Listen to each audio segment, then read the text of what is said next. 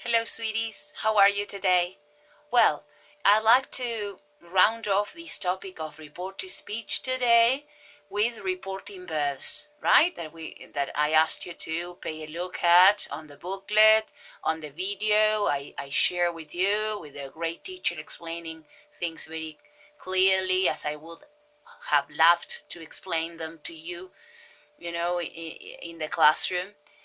And so we are going to round off, yes, and you will have, by the time we finish with reporting verbs, you will have covered everything that is to be covered about reported speech. But before we plunge into reporting verbs, I like to make a parenthesis, yes, a pause, and recap something that we have covered before. That is to say, I'd like to mention reporting commands, questions, and suggestions, and the modals, yes, in reported speech. In case you have had any doubt or there is something pending that you didn't understand, I received some questions, some emails asking me info about that, okay, or questions that you had. As regards reporting commands, yes, if you pay a look at your booklet, it was here on page 17, right? And it explained that sometimes to report commands, you can use the infinitive form, yes, or the structure with suggest, okay? The infinitive form with tell or ask, depending whether it's an order, it's a command, or if it is a request, you normally use ask. And it gave you these examples. Be careful, he said to me. So these, even though if you say please, it's a command, right? So he told me to be careful. Instead of saying he told me that I should be careful, you can report it that way, as I told one of you who asked me, yes, during our meeting. You can resort to the reporting form for statements, but you can use the infinitive this way, and it's much shorter and it's easier, right? It's much easier. So he told me to be careful. Then, if you request, normally you use the verb ask, yes, as you can see there. So please don't talk, yes, he said to me. So he asked me not to talk. Or if you say, well, could you please close the door, please? So he asked me to close the door. That would be affirmative. But you use the infinitive form, yes, for request and for commands. As regards suggestions, for example, let's, why don't we, normally a suggestion, if you remember, starts this way. Let's, why don't we, how about, yes, and for recommendations, strong, like you'd better go, yes, this is a structure, you'd better, yes, is used to strong suggestions and strong pieces of advice. So for these two, for let's or how about, or yes, let's, when you start this way, a suggestion, or you'd better, you use the verb suggest, yes, and you will see, if you have already paid a look at reporting verb, suggest follows two structures. Suggest plus ing, suggest watching TV, or he suggested that we should watch TV. The should is optional, that's why it's between brackets. That you can say he suggested that I go directly without the should to the dentist. It's a suggestion or advice that I should go, or that I go without the should. The should is optional. So for suggestions and for pieces of advice, you normally report with suggest, with these two options, ing or a that clause. Yes, then we'll pay a look at reporting verbs and what a that clause was. And then in the case of commands and requests, you normally use tell, yes, or ask, plus the infinitive. To be or not to be, to do or not to do, to jump or not to jump, okay, depending on the type of statement that you are reporting. If it's affirmative, to do something. If it's negative, not to do something. Yes, before, and then before you have tell and ask, okay? So you will go through this exercise, yes, that is very clear. Then as regards modals, in reported speech, this is very clear how modals change. You must remember this from previous years. Will changes into would, can to could. Yes, can also could be, would be able, because you know that can is the same as be able to. So it's more versatile, be able to, you can use it in several tenses. So you can replace, you can backshift, remember backshift, going back to the previous tense that we normally use in indirect speech or reported speech. So you can change for would be able, that is, the change of will be able is the same as can, may into might, shall, should, yes, again here, shall I take you home, he offered. That's why it's reported this way, because offers, as you will see in reporting verbs, are reported with the verb offer directly, offer plus infinitive, to do or not to do. You must changes to had to, or when you are making an assumption, you must be joking, yes, like that's not true, it's a deduction or an assumption, you keep the must. Yes, he said that you must be joking because it's a deduction, it's not that it's an actual statement like you must try harder.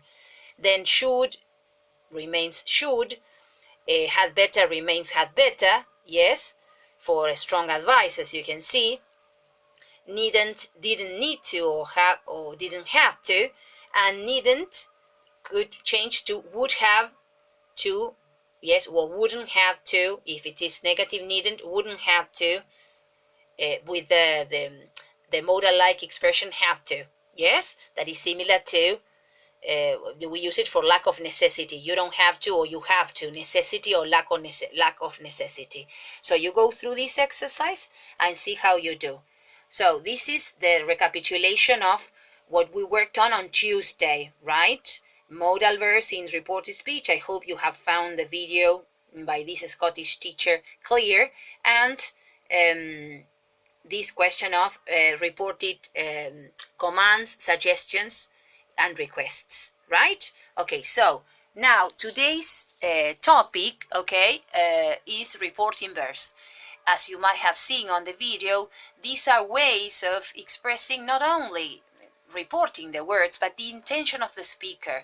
Yes, a statement could be a threat, could be an offer, could be a suggestion, could be a claim, could be an accusation, could be a denial, right?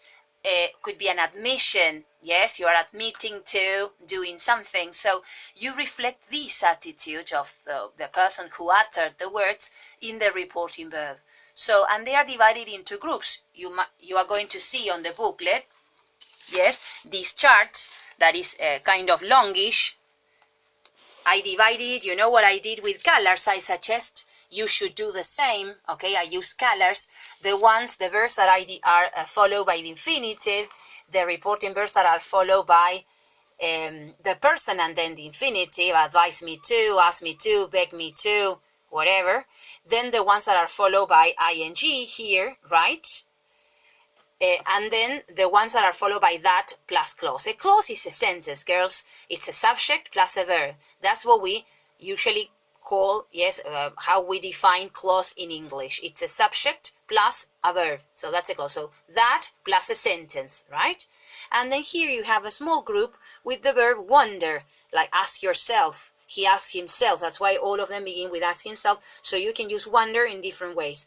Wonder where, what, why, how, plus a clause, yes. Wonder plus whether, if it is a yes, no, right, a statement that you are reporting. We have seen this already. To infinitive or clause. And whether, where, what, or how, plus to infinitive, yes, clause. You'll see the examples here, yes, that make things clearer, right? He asked himself, how can we do that? He wondered how she could do that. Then he asked himself, where have they gone? He wondered where they had gone. Okay, you are changing, you see the back shift that you are doing from have to had, from can, yes, to could. You do the back shift. Yes, always the reporting verb, yes, these reporting verbs as you hear must be used in the past form, even though you're not going to do the back shift later. And sometimes you don't do it directly, the back shift, because you respect these forms that you have to use ing. For example, apologize for, I'm sorry I didn't come.